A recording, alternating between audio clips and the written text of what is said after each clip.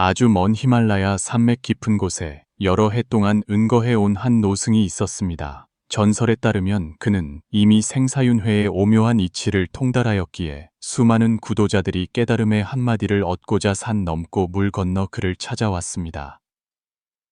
어느 겨울날 이른 아침, 한 젊은 상인이 눈보라를 헤치고 노승의 초막 앞에 이르렀습니다. 그는 눈밭에 꿇어앉아 공손하게 말했습니다. 스승님, 저는 사업이 번창하고 가정도 화목하여 세상 사람들 기준으로는 이미 성공을 이루었습니다. 하지만 제 마음속에는 늘 알 수 없는 공허함이 있습니다. 아무리 많은 재물과 칭찬을 얻어도 이 느낌은 사라지지 않습니다. 스승님께서는 삶의 가장 깊은 수수께끼를 풀어주실 수 있다고 들었습니다. 불법에서 말하는 윤회는 고통이라는 것은 무슨 뜻입니까? 만약 제 지금의 삶이 이미 만족스럽다면 어째서 소위 초범 입성 2차오판 루성을 추구해야 합니까? 노승은 즉시 대답하지 않고 상인을 초막 안으로 초대했습니다. 초막 안에는 화려한 장식 없이 가장 기본적인 생활용품과 몇 권의 경전만이 있었습니다. 노승은 상인에게 따뜻한 차 한 잔을 따라주었고 찬물에서는 은은한 향기가 풍겼습니다. 이 차잔을 보시오. 노승이 입을 열었습니다. 이 차는 지금은 뜨겁지만 얼마 지나지 않아 식을 것이오. 그대의 인생도 이와 같소. 지금 그대는 성공과 풍요를 누리고 있지만 이 모든 것이 영원히 변하지 않을 것이라고 장담할 수 있겠소? 상인은 침묵했습니다. 그는 한때 성공한 상인이었으나 말년에 변고를 당해 모든 재산을 잃고 홀로 세상을 떠난 아버지를 떠올렸습니다. 윤회의 고통은 단순히 질병, 노소의 죽음과 같은 명백한 고통만을 의미하는 것이 아니오. 노승이 말을 이었습니다. 대오 깊은 차원의 고통은 모든 것이 변하고 영원한 것은 아무것도 없다는 것이오. 가장 아름다운 순간조차 영원히 머무를 수 없소. 이 무상함이야말로 고통의 본질이오. 노승은 실형에서 오래된 마니차를 내려 가볍게 돌렸습니다. 마니차를 보시오. 멈추지 않고 계속 돌고 있소. 마치 우리가 육도류도에서 윤회하는 것과 같소. 때로는 천상계에 태어나 복을 누리고 때로는 인간계에서 희로애락을 경험하며 때로는 악도에 떨어져 극심한 고통을 받기도 하오. 하지만 어느 세계에 있든 무상의 법칙에서 벗어날 수는 없소. 상인은 무언가 생각하는 듯 했습니다. 확실히 그런 무상함을 느낍니다. 저는 어떤 것을 얻으면 영원히 행복할 줄 알았지만 얻고 난 후 얼마 지나지 않아 그 기쁨은 사라지고 또 다른 목표를 추구하기 시작했습니다. 이것이 불법에서 말하는 구부듣고 키우부데쿠, 즉 구해도 얻지 못하는 고통입니까? 노승은 고개를 끄덕이며 미소 지었습니다. 바로 그렇소. 사람들은 늘 외적인 것을 추구하며 거기서 영원한 만족을 얻으려 하지만 그런 추구 자체가 고통의 근원임을 알지 못하오. 마치 사람이 계속 집을 바꾸면서도 정작 집이 새는 문제를 해결하지 못하는 것과 같소. 창밖에는 눈이 점점 더 세차게 내리며 천지가 온통 하얗게 변했습니다. 노승은 창밖을 가리키며 말했습니다.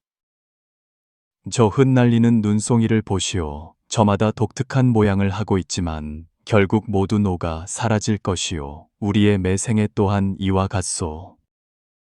각양각색이지만 모두 생멸의 법칙에서 벗어날 수 없소. 그렇다면 초범입성이란 무엇을 의미합니까? 상인이 물었고 그의 눈에는 삶에 대한 열망이 반짝였습니다. 노승은 신비로운 미소를 지었습니다. 초범입성이란 이 끝없는 윤회를 초월하는 유일한 길이오.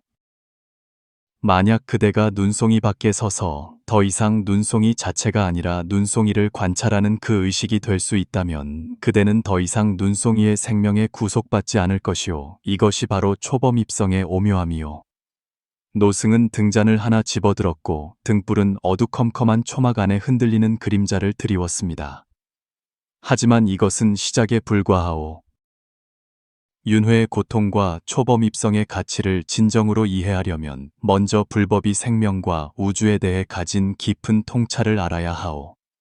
상인은 공손히 고개를 숙였습니다. 스승님, 미혹에서 벗어날 길을 가리켜 주십시오.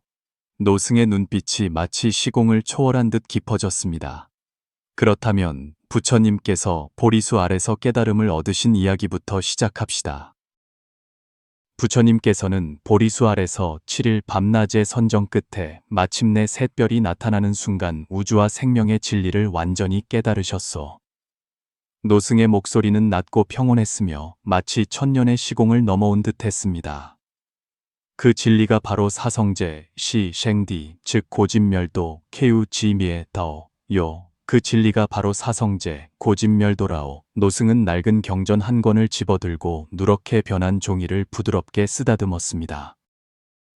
자바함경 자아한징에는 이렇게 기록되어 있어. 부처님께서 말씀하시길 5가지 성스러운 고통이 있으니 태어나는 고통, 늙는 고통, 병드는 고통, 죽는 고통, 미워하는 사람과 만나는 고통, 사랑하는 사람과 헤어지는 고통, 구해도 얻지 못하는 고통이며 간략히 말해 오추yon, 우추윤으로 인한 고통이다. 이것이 바로 부처님께서 윤회의 고통에 대해 직접적으로 설명하신 것이요. 하지만 왜 그것을 윤회라고 부릅니까? 노승은 자리에서 일어나 초막안을 천천히 거닐었습니다. 대지도론 다지두룬 에서는 중생은 시작도 끝도 없는 생사를 반복하니 가장 사랑하는 것을 원인으로 삼아 육도를 돌고 돌며 몸을 버리고 다시 몸을 받기를 끝없이 한다고 했소. 이 윤룬무 자는 순환하여 쉬지 않음을 나타내고 회후이 자는 돌고 돌아 끝이 없음을 의미하오. 마치 내가 방금 보여준 마니차처럼 멈추지 않고 회전하는 것이오. 이것이 바로 우리가 3계 산지에 육도, 류도에서 처한 진실한 상황이요. 상인이 의아한 듯 물었습니다. 육도윤회는 들어보았지만 3계란 무엇입니까? 3계란 욕계, 유지에, 색계, 세지에, 무색계, 우실지에를 말하오. 노승이 설명했습니다. 욕계의 중생은 온갖 욕망에 묶여 있고 색계의 중생은 비록 거친 욕망에서는 벗어났으나 여전히 형체에 집착하며 무색계의 중생은 형체마저 초월하여 정신 상태로만 존재하오. 하지만 어느 세계에 있든 완전히 깨닫지 못했다면 여전히 윤회 속에 있는 것이오. 노승은 실렁에서 오래된 모래시계를 내려 가볍게 뒤집었습니다. 보시오. 모래가 위에서 아래로 떨어지고 다 떨어지면 다시 뒤집히기를 반복하며 끝이 없소. 이것이 바로 윤회의 본질이오. 열반경 니에 판징에서 부처님께서는 우리에게 일체의 유의법 유웨이화은 모두 무상하며 세상은 생멸하는 법이다라고 말씀하셨소.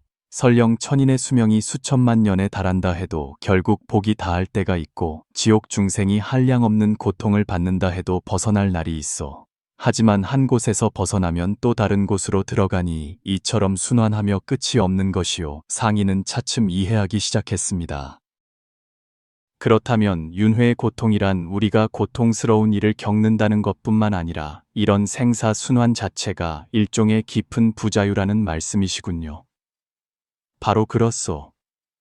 노승은 잠시 고개를 끄덕였습니다. 능엄경 랭옌징 에서는 중생이 윤회하는 모습을 마치 불나방이 불에 뛰어들어 스스로 뜨거운 불길을 취하는 것과 같다고 묘사했어. 우리는 무명 우밍에 가려져 끊임없이 허망한 쾌락을 추구하다가 오히려 더 깊은 고통에 빠지오. 이것이 바로 불법에서 말하는 것이오. 노승은 찻잔에 식은 찬물을 버리고 다시 뜨거운 물을 부었습니다. 그리고 초범입성이란 바로 이 윤회의 굴레에서 벗어나는 것이오. 범판둔 번뇌에 얽매여 윤회 속을 떠도는 범부를 가리키고 성, 생, 은 이미 진리를 깨달아 생사를 초탈한 성자를 가리키오. 법화경 에파화징에서는 모든 부처님 세종께서는 중생들에게 부처의 지견을 열어주고 청정함을 얻게 하기 위해 세상에 출현하신다고 했소. 부처님께서 인간 세상에 오신 것은 바로 우리에게 이 범부에서 성자로 나아가는 길을 안내하기 위함이오. 창밖의 눈은 여전히 흩날리고 있었지만 상인은 이미 추위를 느끼지 못했습니다. 그의 마음은 전에 없던 뜨거운 열정으로 불타올랐습니다. 그렇다면 윤회의 구체적인 고통은 즉 무엇이며 초범입성은 어떤 수승한 이익을 가져다 줍니까? 노승의 눈에 지혜의 빛이 반짝였습니다. 그것이 바로 우리가 앞으로 깊이 탐구해야 할 핵심 문제예요. 먼저 윤회의 세 가지 고통의 양상부터 이야기합시다. 윤회의 고통 양상은 불법에서 세 가지로 나뉘어 노승은 크기가 다른 돌멩이 세 개를 집어 상인 앞에 놓았습니다. 이 세 가지 고통은 우리 생명의 모든 측면에 스며들어 있지만 범부들은 흔히 이를 간과하오. 노승은 첫 번째 돌멩이를 가리켰습니다. 첫 번째는 고고 쿠쿠요. 이것은 가장 명백한 고통으로 병들고 늙고 죽고 사랑하는 사람을 잃는 등 직접적인 고통의 경험이요. 마치 맨발로 가시밭을 밟았을 때 즉각적으로 느껴지는 통증과 같아서 누구도 무시할 수 없소. 두 번째는 괴고 후아이쿠요. 노승은 두 번째 돌멩이를 집었습니다. 이것은 더 미묘한 고통으로 겉보기에는 즐거움이지만 이 즐거움은 반드시 사라지게 마련이고 그것이 사라질 때 또 다른 고통을 가져오. 마치 달콤한 과일이 결국 썩고 즐거운 만남이 결국 헤어짐으로 끝나는 것과 같소. 노승은 가볍게 미소 지었습니다. 그대는 사업이 성공했다고 했지만 여전히 공허함을 느낀다고 했소. 이것이 바로 괴고의 표현이요. 설령 그대가 세상에서 가장 귀한 것을 소유한다 해도 그 만족감은 시간이 흐름에 따라 사라질 것이요. 상인은 생각에 잠긴 듯 고개를 끄덕였습니다. 세 번째이자 가장 깊은 것은 행고, 액신쿠요. 노승은 가장 작은 돌멩이를 집었습니다. 이것은 존재 자체의 불안과 불만족감이요. 명백한 고통이 없고 즐거움이 슬픔으로 바뀌는 경험이 없다 해도 우리 마음은 여전히 미묘한 불안 상태에 놓여 영원히 진정으로 만족할 수 없소. 이것은 마치 울퉁불퉁한 바퀴가 평탄한 길을 달릴 때도 미세한 덜컹거림이 있는 것과 같소. 노승은 세 개의 돌멩이를 제자리에 놓았습니다. 일찍이 에서는 모든 행싱은 무상하며 모든 행은 고통이며 모든 법 에파은 무아 우오이다. 열반은 영원한 고요함이다라고 했어. 이 모든 행은 고통이다라는 것이 바로 우리가 방금 논의한 세 가지 고통을 가리키는 것이요. 창밖에서 까마귀 우는 소리가 들려왔습니다. 노승은 창밖을 바라보았습니다. 저것이 무상, 우창의 소리요. 윤회가 고통인 첫 번째 이유는 그것이 무상의 법칙을 따르기 때문이요. 노승은 종이 한 장을 꺼내 그 위에 간단한 원을 그렸습니다. 윤회는 이 원과 같아서 시작도 없고 끝도 없소. 이 끝없는 순환 속에서 모든 현상은 성챙, 주주, 고의 화이, 공콩의 법칙을 따르오. 왕조가 흥망성쇠하고 생명이 생겼다 사라지듯 어떤 것도 영원히 변하지 않는 것은 없소. 금강경, 진강징. 에서는 일체의 유의법은 꿈과 같고 환상과 같고 물거품과 같고 그림자와 같으며 이슬과 같고 또한 번개와 같으니 마땅히 이와 같이 관찰해야 한다고 했소. 이는 세상 만물이 꿈, 환상, 물거품, 그림자, 아침 이슬, 번개처럼 짧고 실체가 없음을 우리에게 알려주오. 노승은 등잔을 하나 들고 말했습니다. 이 등불을 보시오. 불꽃은 마치 영원한 것처럼 보이지만 실제로는 찰나에 생멸하고 있어. 새로운 불꽃이 끊임없이 낡은 불꽃을 대체하고 있어. 우리의 생명 또한 이와 같아서 겉보기에는 연속적인 것처럼 보이지만 실제로는 찰나찰나 생멸하며 변화하고 있어. 상인은 마음속으로 깨달은 바가 있었습니다. 그렇다면 우리가 고통스러운 이유는 본질적으로 잡을 수 없는 것들을 잡으려 하기 때문이군요. 바로 그렇소. 노승은 만족스럽게 말했습니다. 우리는 무상한 것에 집착하며 그것들이 영원히 변하지 않기를 바라오. 이런 집착 자체가 고통의 근원이요. 에서 부처님께서는 우리에게 무상하기 때문에 고통이고 고통이기 때문에 무아 우오이다라고 가르치셨소. 모든 것이 변하기 때문에 영원히 변하지 않는 내가 붙잡을 수 있는 나란 없는 것이요. 노승은 계속해서 이야기했습니다. 윤회의 두 번째 고통의 원인은 업력, 이해리의 속박이요. 인과응보라는 말을 들어본 적 있소? 네, 민간에서 흔히 하는 말입니다. 상인이 고개를 끄덕였습니다. 업력은 그림자처럼 따라다니오. 우리의 모든 신, 셴, 구쿠, 의, 인, 행위는 그에 상응하는 과보를 낳소. 노승은 씨앗 하나를 꺼냈습니다. 이 씨앗을 심으면 반드시 특정한 식물로 자라나지 다른 것으로 변할 수는 없소. 마찬가지로 선업 샨예문 반드시 선과 샨구호를 가져오고 악업 예예문 반드시 악과 이구호를 가져오. 이것은 우주의 철칙이요. 백업경 바이의 징에는 수많은 업력 감흥 이야기가 기록되어 있어.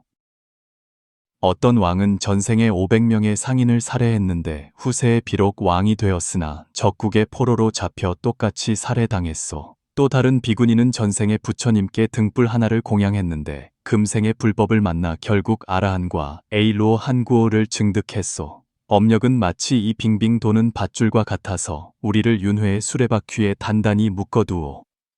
노승은 찬장에서 정교한 목각상을 꺼냈습니다.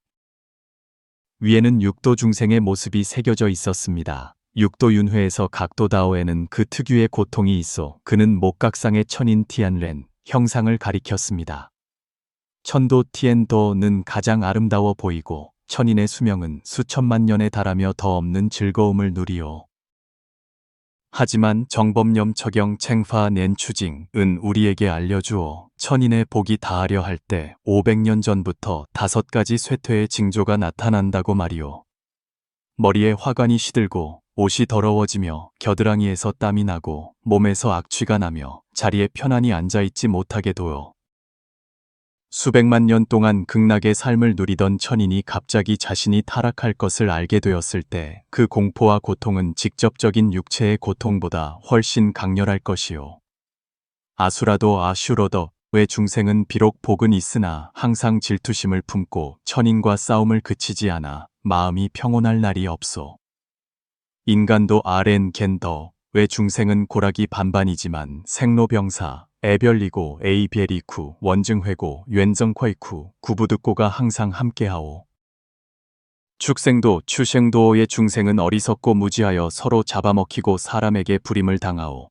아귀도 이 기다어의 중생은 장수하며 굶주림과 목마름의 고통을 겪는데 에서는 그들의 목구멍은 바늘구멍 같고 배는 태산과 같아 영원히 만족할 수 없다고 묘사하고 있어. 지옥도 디유다오의 중생은 온갖 상상하기 어려운 고통을 받는데 지장경 디창징에는 18층 지옥의 갖가지 혹형이 묘사되어 있어 상인은 소름이 돋았습니다. 그렇게 말씀하시니 어느 도에 태어나든 고통에서 벗어날 수 없군요. 노승은 고개를 끄덕였습니다. 바로 그렇소. 가장 아름다운 천도조차도 일시적인 복일 뿐 결국에는 다 소진될 것이요. 이것이 바로 부처님께서 우리에게 오직 육도윤회를 초월해야만 진정한 해탈을 얻을 수 있다고 말씀하신 이유요. 상인은 생각에 잠겼습니다. 그렇다면 초범입성이란 도대체 무엇을 의미하며 어떻게 해야 이 끝없는 윤회의 고통을 초월할 수 있습니까? 노승은 미소를 지으며 깊은 눈빛으로 말했습니다.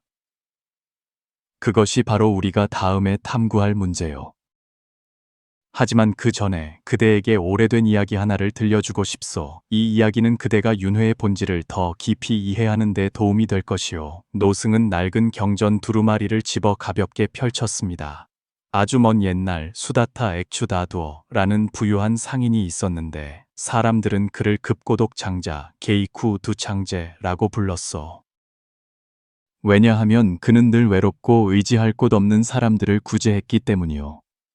그는 부처님의 독실한 신자였으며 막대한 금을 들여 기수급 고독원 쥐수케이 구두유엔을 사서 부처님과 승단에 공양했어. 어느 날 급고독 장자가 부처님께 여쭈었어.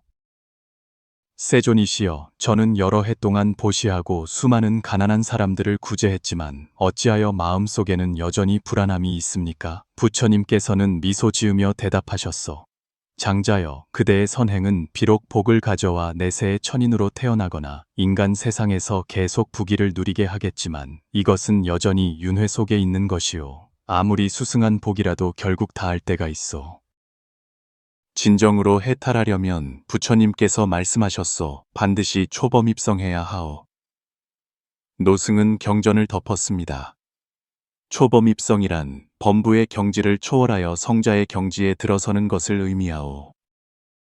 불법에서는 이것이 견도, 젠더에서 시작하여 단계적으로 향상되어 최종적으로 아라한, 벽지불, PGF 나아가 불과 FO고를 증득하는 것을 의미하오. 초범 입성의 첫 번째 큰 이익은 번뇌의 완전한 해탈이오. 노승은 염주 한 줄을 꺼냈습니다. 범부는 탐, 티안, 진첸, 치치, 삼독, 산두에 얽매여 있어.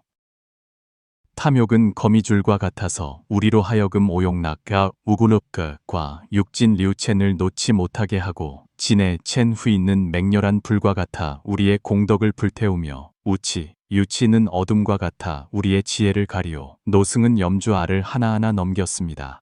성자는 개지의 정딩, 해, 후이를 닦음으로써 점차 이러한 번뇌를 끊어 없애오. 수다원 주토환자 성자는 신견 셴지안 계금 추견 제진 큐겐 우의 인을 끊고 사다함 시토한 성자는 탐진치를 가볍게 하며 아나함 에이나한 성자는 욕계의 탐진을 끊고 아라하는 모든 번뇌를 완전히 끊어 해탈을 얻소. 상인이 궁금하다는 듯 물었습니다. 번뇌가 끊어진 후에는 어떤 느낌이 듭니까? 노승은 미소 지었습니다.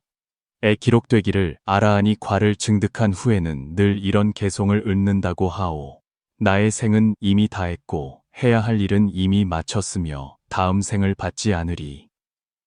이것은 더없이 자제롭고 기쁜 경지로 더 이상 어떤 외경 와이징에도 흔들리지 않는 것이요. 그대의 마음이 더 이상 탐진치에 흔들리지 않는다면 어떤 경지일지 상상해 보시오. 노승은 자리에서 일어나 창가로 걸어가 흩날리는 눈송이를 바라보았습니다. 초범 입성의 두 번째 큰 이익은 지혜의 원만한 드러남이요. 범부의 지혜는 등불과 같아서 한 귀퉁이만 비출 수 있지만 성자의 지혜는 햇빛과 같아서 삼천대천세계를 두루 비추어. 에서는 바냐바라밀, 반루오 보루오미, 은 모든 부처의 어머니이며 모든 부처를 낳을 수 있다고 했소. 반야지혜는 제법실상 주하시, 샹, 이을 통찰할 수 있는데 즉 모든 현상의 본질은 공콩이며 허무가 아니라 연기성공, 웬키싱콩드로 독립적으로 존재하는 실체가 없다는 것을 아는 것이요. 노승은 자리로 돌아와 찻잔을 들었습니다. 이 차와 같이 물, 차십, 찻잔, 온도 등 인연이 화합하여 이루어진 것이지 독립적이고 변하지 않는 차라는 존재는 없소. 우리가 이 이치를 진정으로 통달하면 더 이상 나와 나의 것에 집착하지 않게 되어 고통에서 벗어날 수 있어. 반야심경, 반루오 신징, 에서 온, 우윤, 이 모두 공함을 비추어 보고 온갖 고통에서 벗어났다고 한 것이 바로 이러한 지혜이며 이 지혜가 성자로 하여금 생사윤회의 속박을 초월하게 하는 것이요. 노승은 실렁에서 그림 두루마리 하나를 꺼내 펼치니 고요하고 평화로운 부처님의 모습이 나타났습니다. 초범 입성의 세 번째 큰 이익은 열반의 적정, 지징과 안락, 엔레이이요. 열반은 소멸이 아니라 번뇌의 소멸이며 궁극적인 안락이요. 에서 부처님께서는 열반이란 해탈이라 이름하고 열반이란 일체의 속박에서 멀리 벗어남이라 이름하며 열반이란 불생불멸, 부생부미의이라 이름하고 열반이란 안온안원이라 이름한다고 말씀하셨소. 이것은 언어 문자를 초월한 경지이며 오직 직접 증득해야만 체득할 수 있어. 노승은 그림 두루마리를 가볍게 쓰다듬었습니다. 범부의 즐거움은 외경에 의존하오. 배고플 때 음식을 먹고 목마를 때 물을 마시는 것과 같이 말이오. 이는 본질적으로 고통의 일시적인 완화일 뿐이오. 그러나 성자의 안락은 내면의 청정함에서 비롯되며 외적인 조건에 의존하지 않고 영원 불변하오. 법구경, 팟주징에서는 모든 번뇌가 이미 다하여 의지할 곳 없으니 그 마음 해탈하고 지혜 해탈하여 스스로 알고 스스로 증득하여 나의 생은 이미 다했고 범행, 판싱은 이미 섰으며 할 일은 이미 마쳤고 다음 생을 받지 않으리라고 했소. 이것이 바로 성자의 경지이요. 상인은 생각에 잠겼습니다. 하지만 만약 성자가 더 이상 윤회하지 않고 세상으로 돌아오지 않는다면 세상의 중생은 누가 제도합니까? 노승은 칭찬하는 듯 고개를 끄덕였습니다. 아주 좋은 질문이요. 실제로는 이것이 초범 입성의 네 번째 큰 이익, 즉 이타 엘리타, 공덕의 성취로 이어지요. 대승불교에서는 보살도 부사타오 각가 위로는 깨달음을 구하고 아래로는 중생을 교화하는 것, 애샹키우푸 티샤화충생을 강조하오. 보살은 비록 열반을 증득할 능력이 있지만 대비심, 다베이신 때문에 세상에 머물러 일체 중생의 해탈을 돕겠다고 발언하오. 노승은 초막벽에 걸린 관세음 보살상을 가리켰습니다. 관세음 보살이 1000곳에서 기도하면 1000곳에서 응한다는 것은 바로 이러한 대비 정신의 표현이요. 보문품 부몬핀에서는 어떤 몸으로 제도해야 할 자에게는 그 몸을 나타내어 법을 설한다고 했소. 이러한 불가사의한 교화 능력이야말로 초범 입성에 수승한 이익이요. 화엄경 화옌징 에는 자신을 위해 안락을 구하지 않고 오직 중생이 고통에서 벗어나기를 원한다는 보살의 광대한 서원이 기록되어 있어. 우리가 초범 입성한 후에는 자신뿐만 아니라 무량한 중생을 해탈로 이끌 수 있으니 이러한 공덕은 세상의 복으로는 비교할 수 없어. 노승은 특별한 등잔 하나를 꺼냈습니다. 이 등잔을 보시오. 작은 불꽃 하나가 수많은 등불을 밝힐 수 있듯이 한 명의 깨달은 자는 수많은 미혹한 자들을 일깨울 수 있어. 이것이 바로 하나의 등불이 1000년의 어둠을 물리치고 하나의 지혜가 10,000년의 어리석음을 없앨 수 있다는 이치요. 유마경 웨이모제징에서는 비유하자면 등불이 밝을 때 밝음은 내가 어둠을 없앨 수 있다고 말하지 않지만 밝음이 생기면 어둠은 저절로 사라진다고 했소. 성자의 지혜 광명은 자연히 무명의 어둠을 몰아낼 수 있으니 이는 자연스러운 일이요. 상인은 깊이 감동했습니다. 스승님의 가르침을 듣고 초범 입성에 대해 새로운 인식을 갖게 되었습니다. 하지만 한 가지 의문이 더 있습니다. 범부에서 성자로 가는 이 길은 어떻게 가야 합니까? 노승의 눈빛이 더욱 자애로워졌습니다. 그것이 바로 내가 다음에 그대에게 알려줄 것이오. 해탈로 가는 길은 비록 멀고 험하지만 부처님께서는 이미 우리에게 방향을 제시해 주셨소. 과연 어떻게 윤회에서 벗어나 해탈로 나아갈 수 있는지 살펴봅시다. 첫 번째 단계로 노승은 자리에서 일어나 벽에서 오래된 탕카, 탱화를 내렸습니다. 위에는 8잎의 연꽃이 그려져 있고 각 잎에는 다른 그림이 있었습니다. 이것은 수행의 지도요. 윤회에서 해탈로 가는 여정은 우선 모든 수행이 정견챙겐 외 확립에서 시작되어 노승은 연꽃의 첫 번째 잎을 가리켰습니다. 에서 부처님께서는 정견을 가진 자는 바른 길로 여기고 사견, 액시의 젠을 가진 자는 삿된 길로 여긴다고 말씀하셨소. 마치 여행자가 출발 방향이 틀리면 갈수록 목적지에서 멀어지는 것과 같소. 노승은 탕카를 부드럽게 쓰다듬었습니다.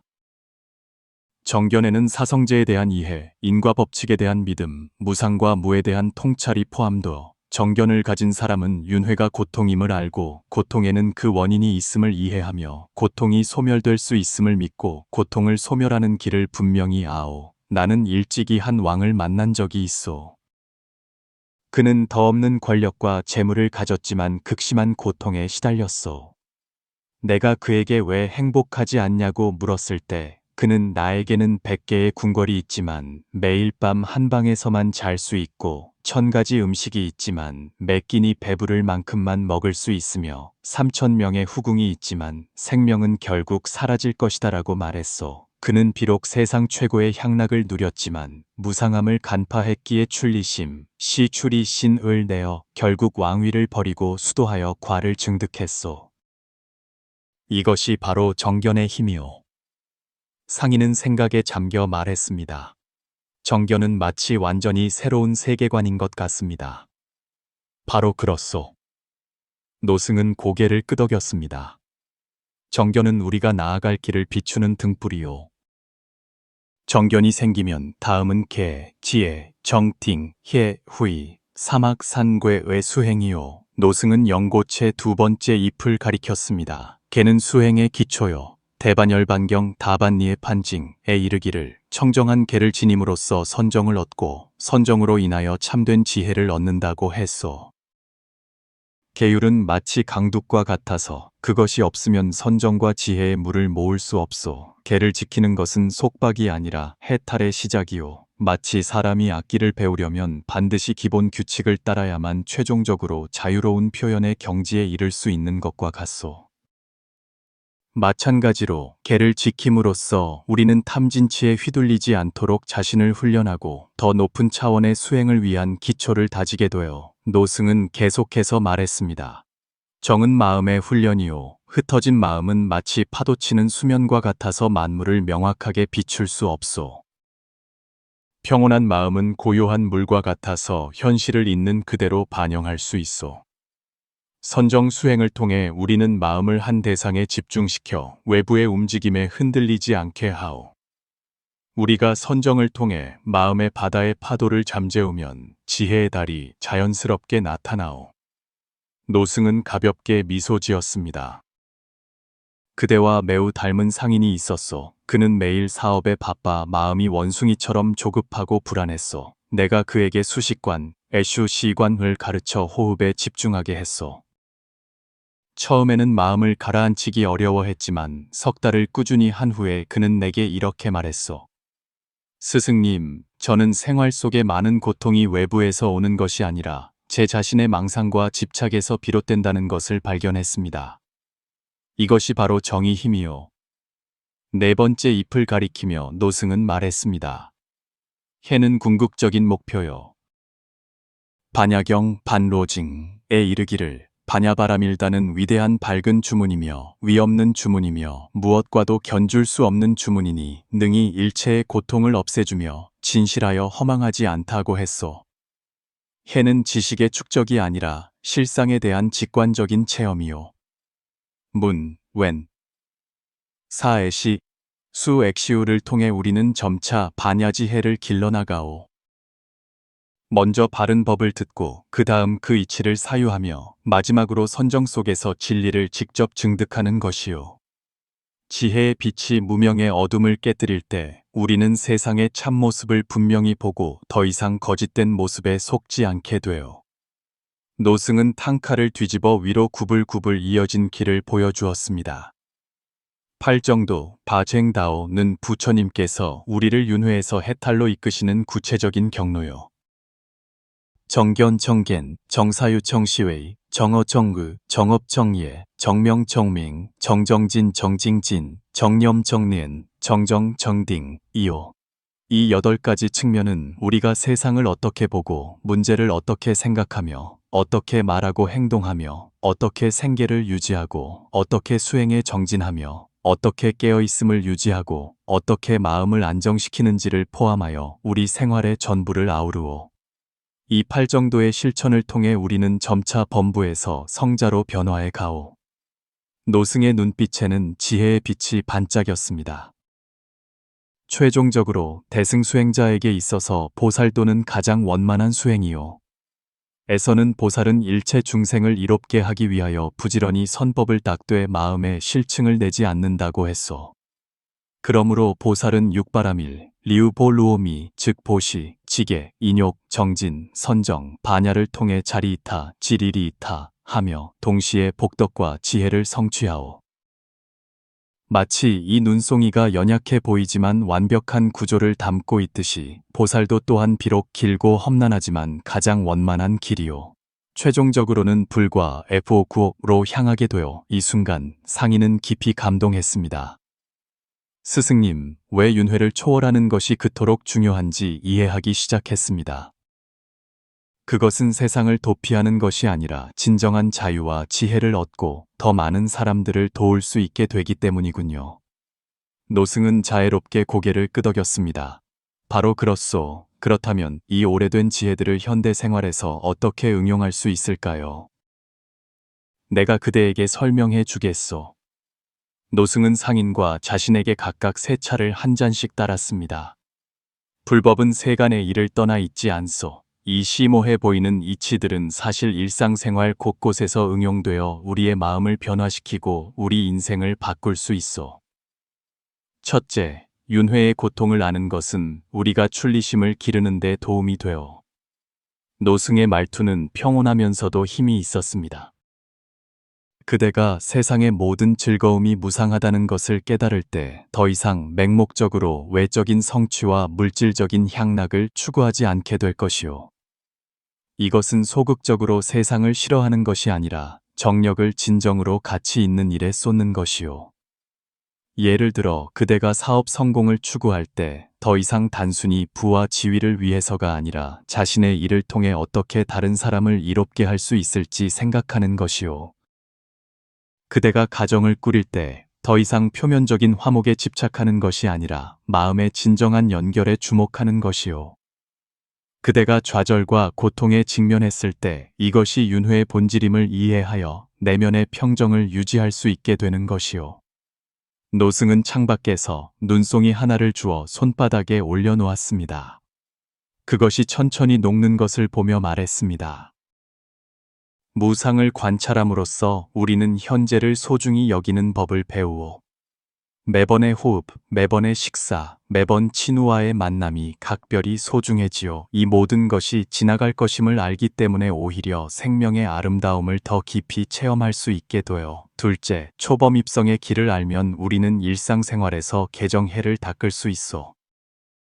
현대인들은 생활이 바빠서 옛날 승려들처럼 전심으로 수행할 수는 없겠지만 수행을 생활의 모든 순간에 녹여낼 수 있어.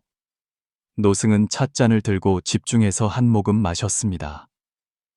예를 들어 밥을 먹을 때는 맛과 질감에 집중하고 설거지를 할 때는 물의 흐름과 손의 움직임에 주의하며 다른 사람과 대화할 때는 온전히 귀 기울여 듣는 것이요. 이것이 바로 일상생활에서 정념, 책리엔을 닦는 것이요. 그대가 도전에 직면했을 때 즉각 반응하지 않고 먼저 심호흡하며 자신의 감정 변화를 관찰하는 것이요. 이것이 바로 선정을 닦는 것이요. 그대가 도덕적 선택에 직면했을 때 자신을 해치지 않고 다른 사람을 해치지 않는 원칙을 따르는 것이요. 이것이 바로 계를 지키는 것이요. 상인이 물었습니다. 복잡한 사회관계와 상업 경쟁 속에서 어떻게 보살 정신을 유지할 수 있습니까? 노승은 미소 지었습니다. 보살 정신의 핵심은 자비와 지혜의 결합이요. 상업 활동에서 그대는 이 사업이 진정으로 다른 사람에게 유익한가? 나는 모든 직원과 고객을 존중하는가? 나는 이윤의 일부를 사회를 돕는 데 사용하는가? 등을 생각할 수 있어. 기억하시오. 모든 작은 선행이 그대의 마음을 바꾸고 또한 이 세상을 바꾸고 있어. 낯선 사람에게 미소를 짓고 서비스 직원에게 감사하다고 말하며 교통체증 속에서 양보하는 것, 이러한 사소해 보이는 행동들이 모두 보살도의 실천이요. 노승은 자리에서 일어나 탕칼을 조심스럽게 거두었습니다. 가장 중요한 것은 이러한 지혜를 단순한 지식이 아니라 자신의 생활 방식으로 내면화하는 것이요. 윤회가 고통이라는 것을 아는 것과 진정으로 윤회를 초월하는 지혜를 살아내는 것은 다른 문제요. 매일 약간의 시간을 내어 정좌하고 자신의 말과 행동이 팔 정도에 부합하는지 초범입성의 방향으로 나아가고 있는지 반성하시오. 상인은 깊이 절했습니다. 스승님의 가르침은 감노수와 같아 제 마른 마음에 윤기를 더해 주셨습니다. 제가 이 지혜를 진정으로 이해하고 응용하고 있는지 최종적으로 어떻게 측정할 수 있습니까? 노승의 눈빛은 평온하고 깊었습니다. 답은 그대의 마음 속에 있어. 노승은 초막문 앞에 섰습니다. 눈은 이미 그쳤고 하늘이 개기 시작했습니다. 햇빛이 구름 사이로 비쳐 쌓인 눈 위에 쏟아지며 수정처럼 반짝였습니다.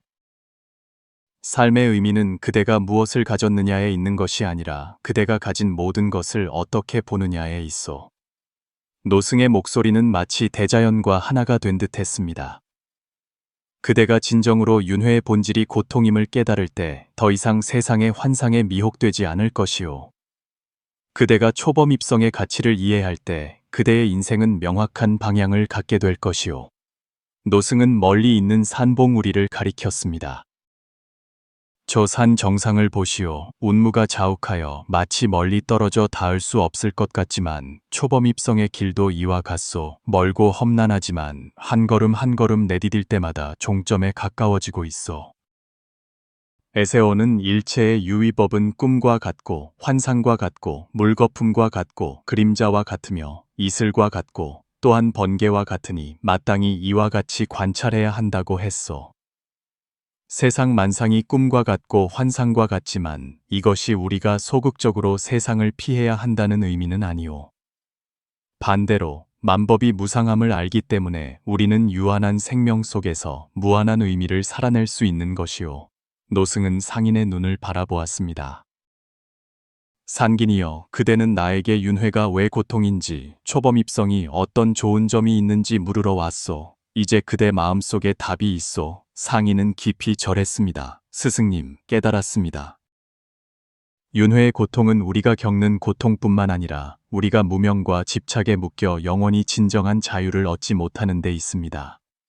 그리고 초범입성은 이러한 속박을 깨고 진정한 지혜와 자제를 얻어 자신을 해탈시킬 뿐만 아니라 다른 사람도 도울 수 있게 되는 것입니다. 노승은 만족스럽게 고개를 끄덕였습니다. 그대는 핵심을 이해했소. 기억하시오. 이것은 단순한 철학이 아니라 생활 방식이오. 매 순간 그대는 윤회 속을 계속 떠돌 것인지 아니면 초범입성의 방향으로 나아갈 것인지 선택할 수 있어. 옛 현인이 이르기를 한 생각 깨달으면 곧 부처요, 한 생각 미혹하면 곧 중생이다라고 했소. 깨달음과 미혹은 단지 한 생각 사이에 있어. 그대가 정견으로 세상을 관조하고 개정해로 몸과 마음을 닦으며 자비와 지혜로 중생을 이롭게 할 때 그대는 이미 범부에서 성자로 가는 여정을 시작한 것이오. 햇살이 더욱 밝게 상인의 얼굴을 비추었습니다. 노승은 미소 지으며 말했습니다. 그대의 생활로 돌아가시오. 하지만 새로운 안목과 마음가짐을 가지고 말이오. 세상은 변하지 않았지만 그대는 이미 어제의 그대가 아니오. 상인이 공손하게 물었습니다. 스승님, 마지막 질문이 하나 더 있습니다. 제가 올바른 길을 가고 있는지 어떻게 알 수 있습니까? 노승은 상인의 가슴을 가리켰습니다. 그대가 삶의 기복에 직면했을 때 마음이 점차 평온해지고 다른 사람의 고난을 볼 때 자연스럽게 자비심이 생기며 유혹과 도전에 직면했을 때 정념을 유지할 수 있고 명예와 이익, 얻고 이름에 더 이상 크게 기뻐하거나 슬퍼하지 않게 될 때 그대는 자신이 올바른 방향으로 나아가고 있음을 알게 될 것이오. 기억하시오. 수행은 특별한 사람이 되기 위함이 아니라 진정한 자신이 되기 위함이오. 그대의 본성은 본래 청정하고 광명하지만 단지 무명에 가려져 있을 뿐이요. 초범입성은 본래 면목으로 돌아가는 것에 지나지 않소. 노승은 염주 한 줄을 상인의 손에 쥐어주었습니다. 이것을 부적으로서가 아니라 깨우침을 주는 것으로 간직하시오. 매 순간 그대는 윤회의 고통에 빠져들 것인지 아니면 초범입성의 길로 나아갈 것인지 선택할 자유가 있어. 눈밭 위 햇빛 아래 상인의 그림자가 유난히 뚜렷했습니다. 노승은 의미심장하게 말했습니다. 보시오, 그대의 그림자는 그대를 따라 움직이지만 진정한 그대는 아니오. 마찬가지로 우리의 몸, 감정, 생각 모두 그림자처럼 우리의 진정한 본성이 아니오. 그대가 이 점을 인식할 때 해탈의 문은 그대에게 열릴 것이오. 상인은 두 손을 모아 합장하고 깊이 절했습니다. 스승님의 가르침에 감사드립니다. 이 지혜를 속세로 가지고 돌아가 제 능력껏 다른 이들과 나누겠습니다. 노승은 미소 지으며 상인이 떠나는 것을 지켜보았습니다. 상인의 모습은 점차 상일 끝으로 사라졌지만 지혜의 씨앗은 이미 그의 마음속에 뿌리내려 싹트고 있었습니다. 여러분도 이 상인처럼 생활 속에서 알 수 없는 공허함을 느끼고 계십니까? 세속적인 의미의 성공을 거두었음에도 불구하고 왜 마음이 여전히 만족스럽지 못한지 고민하고 계십니까? 어쩌면 우리의 생활 방식과 가치관을 다시 한번 점검해 볼 때인지도 모릅니다. 윤회와 해탈은 단순히 불교의 교리일 뿐만 아니라 인류 보편의 생존 상태에 대한 깊은 통찰입니다. 여러분이 어떤 신앙을 가졌든 이 오래된 지혜들은 현대 생활에 깨달음을 줄 수 있습니다. 우리 함께 생각해 봅시다. 일상생활에서 여러분은 무상의 존재를 자각할 수 있습니까? 바쁜 생활 속에서 내면의 평온함을 기를 수 있습니까? 성공과 실패, 어둠과 이름을 어떻게 바라보십니까? 댓글창에 여러분의 깨달음과 경험을 공유해 주십시오. 우리 함께 범부에서 성인으로 나아가는 지혜의 길을 탐색해 봅시다.